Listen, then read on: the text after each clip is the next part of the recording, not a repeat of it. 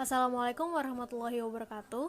Salam sejahtera untuk kita semua. Perkenalkan, nama saya Sitra Sudahmore, mahasiswi program studi hubungan internasional kelas B dengan nomor induk mahasiswa 2002-046096. Di sini saya akan menjelaskan poin-poin summary yang sebelumnya telah saya tulis berdasarkan jurnal yang terpercaya sebagai bentuk pemenuhan tugas dari mata kuliah Sistem Ekonomi Indonesia oleh dosen pengampu Bapak Arif Wicaksa, SIPMA. Poin pertama dari jurnal pertama yaitu menuju sistem perekonomian Indonesia. Dalam jurnal ini dijelaskan bahwa sistem ekonomi suatu masyarakat, bangsa, atau negara itu dibentuk oleh 3 faktor. Pertama adalah faktor kesejarahan, misalnya prakapitalis, masa kolonial, kapitalis, atau sosialisme. Bisa juga tahap agraris, industrial, atau pasca-industrial. Kedua, oleh keyakinan, agama, atau ideologi yang dianut di Indonesia Pancasila. Ketiga, oleh faktor geografi ekonomi, misalnya wilayah benua atau kepulauan, atau pulau kecil seperti Singapura. Bisa juga dipengaruhi oleh iklim, misalnya tropis, subtropis, atau 4 musim, letak geografis. Demikian juga letak geografis dalam kaitannya dengan perhubungan dan lalu lintas ikut berpengaruh, misalnya sistem atau orientasi perdagangan internasional. Faktor lain yang juga ikut membentuk atau berpengaruh adalah faktor kemasyarakatan, misalnya masyarakat homogen atau plural, multikultural, bisa juga masyarakat yang berkasta atau egaliter. Jurnal kedua yang saya ambil adalah Sistem Ekonomi Koperasi sebagai solusi masalah perekonomian Indonesia. Mungkinkah? Di dalam jurnal ini tertulis bahwa apabila sistem ekonomi koperasi dikaji secara mendasar, sebenarnya koperasi memiliki karakteristik yang amat sesuai dengan situasi dan budaya bangsa Indonesia. Oleh karena itu, bukan suatu hal yang tidak mungkin jika sistem ekonomi koperasi dijadikan sebagai solusi terhadap permasalahan perekonomian Indonesia. Sebagai suatu sistem ekonomi, koperasi dapat dikatakan merupakan salah satu sistem ekonomi campuran. Prinsip kebersamaan dan kesamaan hak serta kewajiban anggota koperasi menjadi prinsip yang membuat unsur sosialis lebih mendominasi dalam sistem ekonomi koperasi. Selain itu, prinsip kekuasaan tertinggi di tangan anggota juga merupakan prinsip sentralisasi kekuasaan yang demokratis. Di sisi lain, unsur liberal juga tampak dalam koperasi dengan diakuinya prinsip keadilan. Jurnal ketiga yang saya ambil adalah memahami cara bekerja sistem perekonomian.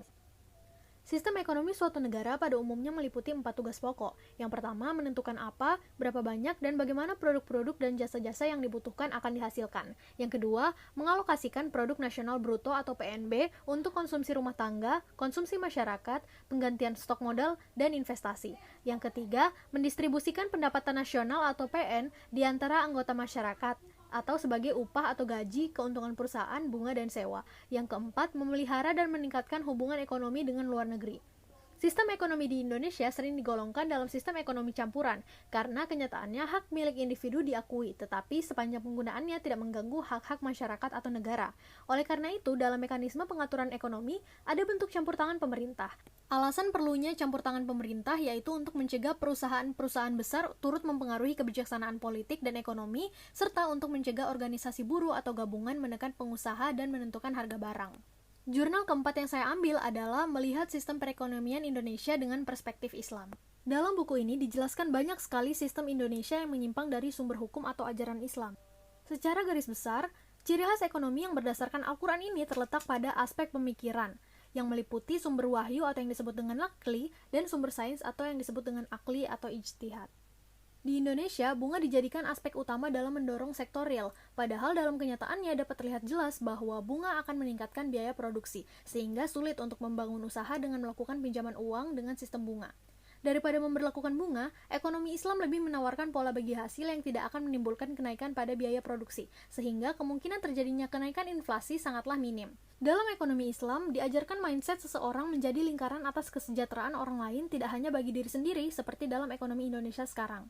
Di dalam perekonomian Indonesia, ada sebuah pasar yang memperdagangkan saham, obligasi, dan lainnya, yang mana pada kenyataannya dalam pasar ini lebih banyak dimanfaatkan oleh pelaku pasar untuk melakukan spekulasi dan untung-untungan.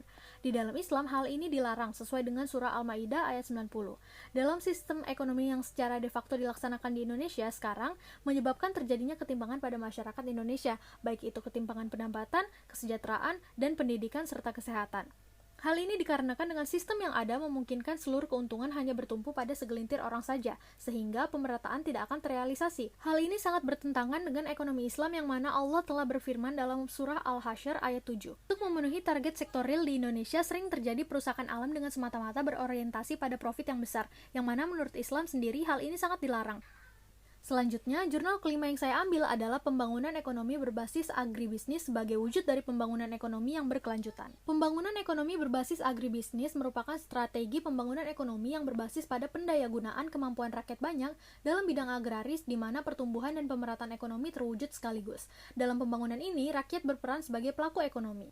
Dalam hal ini, pemerintah bertindak selaku fasilitator yang memfasilitasi berbagai prakarsa masyarakat dengan memberikan stimulasi dana sesuai dengan kemampuan anggarannya. Untuk mengoperasionalisasikan pembangunan sistem dan usaha agribisnis perlu dikembangkan dalam bentuk pusat-pusat pertumbuhan agribisnis di daerah sesuai keunggulan masing-masing daerah. Pengembangan pusat agribisnis harus dikaitkan dengan ekonomi regional sedemikian rupa sehingga secara bertahap agribisnis daerah yang bersangkutan makin terintegrasi dengan perekonomian regional dan dunia.